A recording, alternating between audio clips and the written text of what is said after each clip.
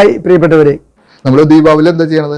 ജയിച്ചു വരുന്ന ശ്രീരാമനെ വിളക്കൊളുത്തിയിട്ട് ചെയ്യണ പോലെ പുതിയ യുഗത്തിന് ഇന്ത്യക്കാരെ കൊണ്ട് ഇത്ര കോടി ജനങ്ങളെ കൊണ്ട് ഒറ്റയടിക്ക് ചെയ്യിക്കുക ചെയ്തത്. ചില ഹൈന്ദവ ആചാരങ്ങൾ നടപ്പിലാക്കാൻ വിശ്വാസികളെ പച്ചയ്ക്ക് കബളിപ്പിച്ചുകൊണ്ട് ഇതൊക്കെ നടപ്പിലാക്കുന്ന ധ്യാനഗുരുക്കന്മാരുമുണ്ട്. അത് മാത്രമല്ല, ഇന്ത്യൻ ജനതയെ ഹൈന്ദവ ആചാരപ്രകാരമുള്ള ചില കാര്യങ്ങൾ ചെയ്യാൻ വേണ്ടി കബളിപ്പിച്ച ഒരു പ്രധാനമന്ത്രിയാണ് നരേന്ദ്രമോദി. രണ്ട് കാര്യത്തിനും, ഈ ധ്യാനപ്രസംഗത്തിൽ ധ്യാനഗുരു വഞ്ചിച്ചതിനും പ്രധാനമന്ത്രി വഞ്ചിച്ചതിനും തെളിവുകൾ ഞാൻ നിരത്താം. 2020 ഏപ്രിൽ 4 രാത്രിയിൽ വൈദ്യുതി വിളക്കുകളെല്ലാം ഓഫാക്കിയ ശേഷം ദീപം തെളിക്കണമെന്ന് പ്രധാനമന്ത്രി പറഞ്ഞു. എന്തിനു വേണ്ടിയാണ് പറഞ്ഞത്? കോവിഡിന്റെ അന്ധകാരം അകറ്റാൻ നാം പ്രകാശം തെളിച്ചുകൊണ്ട് ജനതയെല്ലാം ഒന്നാകെ ഐക്യത്തോടെ മുന്നേറണം എന്ന് പറഞ്ഞുകൊണ്ടാണ് നടപ്പിലാക്കിയത്.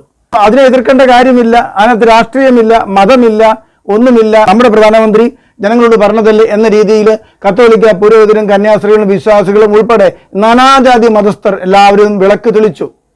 നിലവിളക്കുള്ളവർ നിലവിളക്ക് തെളിച്ചു, അല്ലാത്തവർ ജ്യോതി വിളക്ക് തെളിച്ചു, അതുമല്ലെങ്കിൽ അനേകർ ചിരാത് തെളിച്ചു. ഇതൊന്നും കിട്ടാത്തവർ മെഴുതിരി കത്തിക്കുകയോ മണ്ണെണ്ണ വിളക്കുണ്ടായിരുന്നവർ അത് കത്തിക്കുകയോ ചെയ്തിട്ടുണ്ടാകാം. പക്ഷെ ഇതൊക്കെ ഒരു ഹൈന്ദവ ആചാരത്തിന്റെ നിഗൂഢ അജണ്ട വെച്ച് ഈ രാജ്യത്തെ ജനതയെ മുഴുവൻ കബളിപ്പിച്ചുകൊണ്ട് പ്രധാനമന്ത്രി ചെയ്ത ഒരു ഹൈന്ദവ ആചാരമായിരുന്നു, അവരുടെ ഒരു പുതുയുഗപ്പിറവിയുടെ പ്രഖ്യാപനമായിരുന്നുവെന്ന് ആരെങ്കിലും അറിഞ്ഞോ? അങ്ങനെയായിരുന്നു. തമിഴ്നാട് കേന്ദ്രീകരിച്ച് കുറേയേറെ ഹൈന്ദവ സന്യാസിമാരിലൂടെയും ഒക്കെ പ്രവർത്തിക്കുന്ന കുറെ ഹൈന്ദവ അരൂപി ശക്തികൾ ചോള രാജാക്കന്മാരുടെ ചെങ്കോല് പാർലമെന്റ് സ്ഥാപിക്കുകയും അതൊരു പൂജ നടത്തി പ്രതിഷ്ഠിക്കുകയും ഒക്കെ ചെയ്ത് നമുക്കറിയാം. അതിൻ്റെയൊക്കെ തുടർച്ചയായി ഹൈന്ദവ ചിന്തകളും ആചാരങ്ങളും അനുസരിച്ച് മുരുക യുഗം, മുരുക ഭഗവാന്റെ സ്വാധീനത്തിലോ ആധിപത്യത്തിലോ ഉള്ള ഒരു യുഗം പിറക്കുന്നു എന്നതിന്റെ പ്രഖ്യാപനമായിരുന്നു പ്രധാനമന്ത്രി ചെയ്തത്. മുരുകന്റെ പ്രത്യേക ചിഹ്നമായ മയിൽ രൂപമുള്ള വിളക്കാണ് മോദി കത്തിച്ചത്.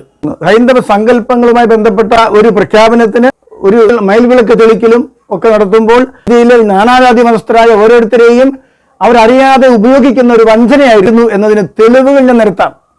ആ നിഗൂഢ അജണ്ടയുടെ പിന്നിലൊക്കെ പ്രവർത്തിച്ചു ഈ മുരുക സൈന്യത്തിന്റെ ക്യാപ്റ്റൻ, അവരുടെ പ്രത്യേക സംഘടനയുടെ ഇന്ത്യയിലെ ക്യാപ്റ്റൻ എന്ന് വിശേഷിപ്പിക്കപ്പെടുന്ന ഒത്തിരി ആഭിചാര കർമ്മങ്ങളും പൂജകളുമായിട്ട് ബന്ധപ്പെട്ട് പ്രവർത്തിക്കുന്ന ഒരാള് മറുനാടനുമായുള്ള ഇന്റർവ്യൂവിൽ വെളിപ്പെടുത്തിയ രഹസ്യങ്ങൾ ഒന്ന് കാണുക.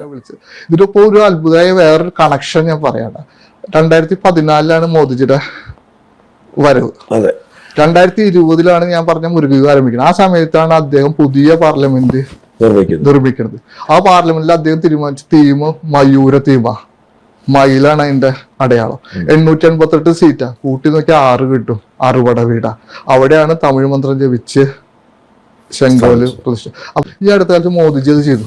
ഗംഗാജലം കൊണ്ടുവന്ന് ഒരു 3-4 മാസം മുമ്പ് ഈ അമ്പലത്തിൽ കൊണ്ട് പ്രതിഷ്ഠിച്ചു. അപ്പോൾ അദ്ദേഹം തമിഴ്നാട്ടിലേക്ക് വരുന്നത് രാഷ്ട്രീയം മാത്രമല്ല, ഒരു സ്പിരിച്വൽ കണക്ഷനും കൂടി എടുത്തിട്ടാണ് മോദിജി യുഗപ്പിറവി സ്വാഗതം ചെയ്തു.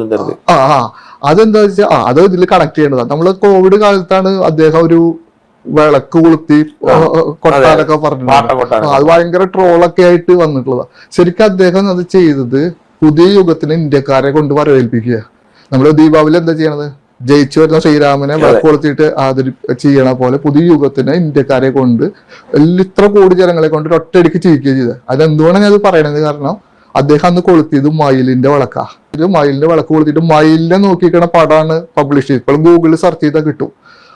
അപ്പൊ അദ്ദേഹം അത് അറിഞ്ഞിട്ട് തന്നെയാണ് ചെയ്തത്. അതുകൊണ്ടാണ് മയൂരത്തിമ പുതിയ പാർലമെന്റിൽ വന്നതും ചോളന്മാരുടെ ചെങ്കോലും മന്ത്രം വെറ്റിവേൽ വീരവേൽ എന്ന് പറഞ്ഞ് അവിടെ പ്രതിഷ്ഠിച്ചതും. അപ്പൊ ഇത് കണക്ട് ചെയ്തിട്ട് തന്നെയാണ് അത്. ഒരു ധ്യാനഗുരു വിശ്വാസികളെ വഞ്ചിച്ചത് എങ്ങനെയാണെന്ന് ഞാൻ പറയാം.